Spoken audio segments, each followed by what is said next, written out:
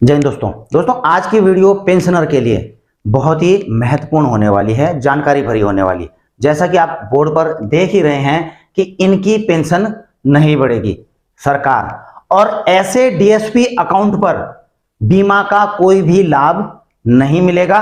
और अगला रामलीला मैदान, एक ऐतिहासिक रैली। तो दोस्तों पॉइंट पर चलते हैं। सबसे पहले बताता हूं मैं डीएसपी अकाउंट के बारे में। मुझे एक कमेंट आया था कि हेलो सर, मेरा नाम रंजीत शर्मा है, मैं एक डिफेंस पेंशनर हूं।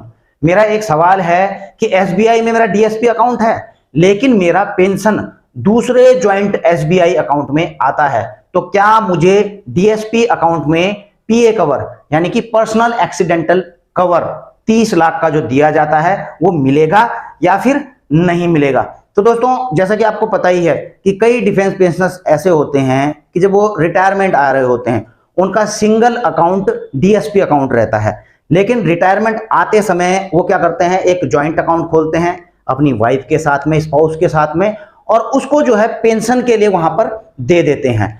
अब उसके बाद क्या होता है कि जो उनका सिंगल अकाउंट है वो जो है डीएसपी स्कीम में चलता रहता है, लेकिन जो उनकी पेंशन होती है वो आ रही होती है ज्वाइंट अकाउंट में उनका, जो कि केवल उनका पेंशनर का अकाउंट होता है, वो डीएसपी अकाउंट में कन्वर्ट नहीं होता है। ऐसे कई मामले हैं दोस्तों। तो ऐसे में पूछ रहे हैं कि जो ज्वाइंट अकाउंट है उसमें तो जो है मेरा पेंशन आता है, लेकिन वो डीएसपी अकाउंट नहीं है, जबकि मेरा सिंगल अकाउंट है उसमें इनका पेंशन नहीं आता है लेकिन डीएसपी अकाउंट है, तो क्या इनको बीमा कवर मिलेगा? तो दोस्तों मैं आपको बता देना चाहता हूं कि अगर जो है आपका डीएसपी अकाउंट भले ही है बैंक के अंदर, लेकिन उसमें आपकी पेंशन नहीं आती है, तो आपको बीमा कवर का लाभ नहीं मिलेगा। हाँ, इतना जरूर है कि डीएसपी स्कीम में होने के कारण आपके उससे कोई चार्ज नहीं कट रहे होंगे, एटीएम का ट्रांजैक्शन का चार्ज नहीं कट रहा होगा, डीडी आप बना रहे होंगे उसका चार्ज नहीं कट रहा होगा, या फिर मिनिमम बैलेंस का जो है आप उसमें अनिवार्यता नहीं है। ये फैसिलिटी आपको डीएसपी स्कीम उसमें होने के कारण जो है चलती रह रही होंगी। लेकिन दोस्तों अगर कोई दुर्घटना घट जाती है तो उसके बाद जो है यह चीज सबसे पहले देखी जाएगी कि क्या आपका पेंशन उस खाते में आ भी रहा है या नहीं आ रहा, और नहीं आ रहा होगा तो मैंने आपको बता ही दिया है कि बीमा कवर नहीं मिलेगा। अगर इस प्रकार का आपने कोई ज्वाइंट अकाउंट खोला हुआ है तो आप एप्लीकेशन दे करके उस ज्वाइंट अकाउंट को अपना जो है डीएसपी पेंशनर अकाउंट में कन्वर्ट कराएं।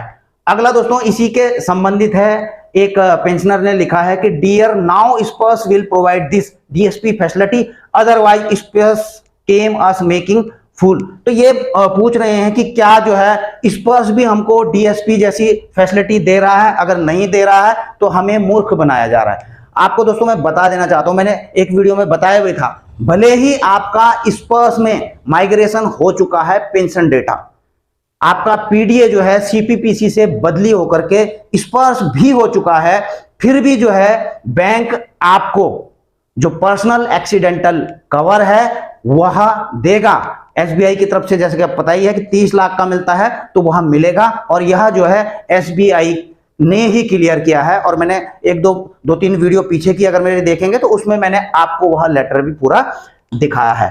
अब दोस्तों थोड़ा आगे चलते हैं। मैं बात कर रहा था उन पेंशनर की जिनकी पेंशन अभी नहीं बढ़ने वाली। ये आप देख रहे हैं 2 अगस्त का जो है लोकसभा में यह सवाल पूछा गया था न्यूनतम पेंशन के रिगार्डिंग। और सवाल दोस्तों इसमें यह किसके लिए पूछा गया था? फैमिली पेंशनर के लिए, कि जो फैमिली पेंशन है सरकारी विभागों में। तो इसमें यह सवाल किया गया था, एक तो राज्यवार जो है पूरी सूचनाएं मांगी गई थी फैमिली पेंशनर्स की, दूसरा इसमें पूछा गया था कि उनकी जो है न्यूनतम पेंशन कितनी है जो फैमिली पेंशनर है, और अगर न्यूनतम पेंशन जितनी भी है तो क्या उसको न्यूनतम पेंशन को बढ़ाने के लिए सरकार के द्वारा विचार किया जा रहा है। तो इस पर जो है सरकार ने जवाब देते हुए एक तो पूरा डेटा यहां पर दिया, दूसरा जो केंद्र सरकार की तरफ से जवाब दिया गया है कि जो केंद्र सरकार के अधीन न्यूनतम पेंशन है, कुटुंब पेंशन यानी कि फैमिली पेंशन की राशि जो है 9,000 रुपए प्रति महीना है। और आपको पता ही होगा कि जो फैमिली पेंशनर है उनका जो है मिनिमम जो पेंशन है वह जो है 9,000 रुपए है, इससे नीचे उनको पेंशन नहीं मिलेगी। तो क्या सरकार इसको बढ़ाने जा रही है? इसके जवाब में जो है सरकार ने बताया है कि न्यूनतम पेंशन ऑब्लिक कुटुंब पेंशन की राशि को बढ़ाने का अभी कोई भी प्रस्ताव नहीं है। तो सरकार के पास में अभी जो है इसे बढ़ाने का कोई प्रस्ताव नहीं है। और जो पेंशन भोगी और कुटुंब पेंशन भोगी हैं, समय समय पर मूल्यों में बदलाव के आधार पर महंगाई राहत के हकदार हैं। यानी कि जो भी इनकी बेसिक पेंशन है उस पर जैसे ही जो डियरनेस रिलीफ बढ़ता है हर 6 महीने में, तो उसके लिए ये हकदार हैं। तो दोस्तों, डियरनेस रिलीफ जब बढ़ता है तो फैमिली पेंशन में भी इजाफा होता है, लेकिन बेसिक पेंशन में नहीं होता है। और आपको बता देना चाहता हूं दोस्तों, जो फैमिली पेंशन है, ऑर्डिनरी फैमिली पेंशन होती है, वह जो है बेसिक सैलरी का 30% मिलती है, या फिर जो सर्विस पेंशन होती है, जो बेसिक पेंशन होती है सर्विस पेंशन की, उसका जो है 60% होता है। और जो ये 9,000 रुपए फिक्स की गई है मिनिमम फैमिली पेंशन के लिए, वह की गई है दोस्तों 7 CPC में। तो ऐसा नहीं है कि यह बढ़ेगी नहीं, बढ़ सकती है दोस्तों, क्योंकि हर पे कमीशन में जो है यह तय होता है कि इतना मिनिमम रहेगा। उसी प्रकार से जैसे 7 CPC में बढ़कर के यह 9,000 हुआ था, तो अगर 8वां पे कमीशन आता है तो उसमें जरूर जो है यह जो फैमिली पेंशन है बेसिक, वह बढ़ेगी। और फैमिली पेंशन ही नहीं बल्कि जो सर्विस पेंशन है या सैलरी है, बेसिक सैलरी है, वो बढ़ेंगी 8 CPC जब भी लागू होता है। अगला दोस्तों, मैं आपको बता रहा था रामलीला मैदान में जो 6 अगस्त को एक ऐतिहासिक रैली की जा रही है भूतपूर्व सैनिकों की तरफ से। तो आप देख रहे हो यहाँ पर महावीर राणा जी हैं, अध्यक्ष हैं गौरव सेनानी एसोसिएशन उत्तराखंड के। तो उन्होंने एक मैसेज जो है फॉरवर्ड किया है, और ये मैसेज दोस्तों भेजा किसके द्वारा गया है? वीर बहादुर सिंह जी के द्वारा, जो कि चेयरमैन है United Front of ex serviceman के द्वारा। तो जो United Front of ex serviceman है, तो इन्हीं के द्वारा जो है यह रैली ऑर्गेनाइज की गई है। अब इसमें क्या लिखा गया है कि ऐतिहासिक रामलीला मैदान तैयार है पूर्व सैनिकों का स्वागत करने के लिए। रामलीला मैदान साक्षी है कि कई ऐतिहासिक रैलियों के लिए और महात्मा गांधी जी भी इस स्थान पर रैली को संबोधित कर चुके हैं। रामलीला ग्राउंड की रैली का सकारात्मक परिणाम रहे हैं। रामलीला मैदान पर पहली बार इस अगस्त क्रांति सप्ताह में 6 अगस्त 2023 को अवसर दिया है पूर्व सैनिकों को अपनी ताकत और संख्या बल दिखाने का। इसलिए इस अवसर को हाथ से न जाने दें। सब परिवार बेझिझक रामलीला मैदान दिल्ली पहुंचे।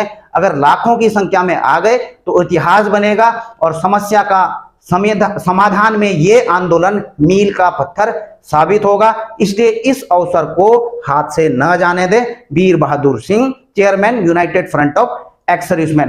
तो दोस्तों, वीर बहादुर सिंह जी की तरफ से यह भी संदेश दिया गया है कि कुछ शरारती तत्व जो हैं इस जो रैली की जा रही है इस पर भ्रामक खबरें उड़ा रहे हैं, एक्स सर्विसमैनों को, पूर्व सैनिकों को गुमराह कर रहे हैं कि 6 अगस्त को वहां पर कोई भी रैली नहीं है, या फिर कई प्रकार के गुमराह करने वाले मैसेजों को वायरल किया जा रहा है। तो वीर बहादुर सिंह जी का यह संदेश है कि इस प्रकार के किसी भी बहकावे में ना आए। सच्चाई यह है कि दिल्ली के रामलीला मैदान में 6 अगस्त को जो है एक ऐतिहासिक रैली है और NOC भी मिल चुकी है, सारी तैयारियां हो चुकी हैं और केवल आपको आना है। तो इस प्रकार का इनका संदेश है। इसी के साथ अपनी वीडियो यहीं पर समाप्त करता हूं। जल्द मिलेंगे नई वीडियो में नई जानकारी के साथ। जय हिंद, वंदे मातरम।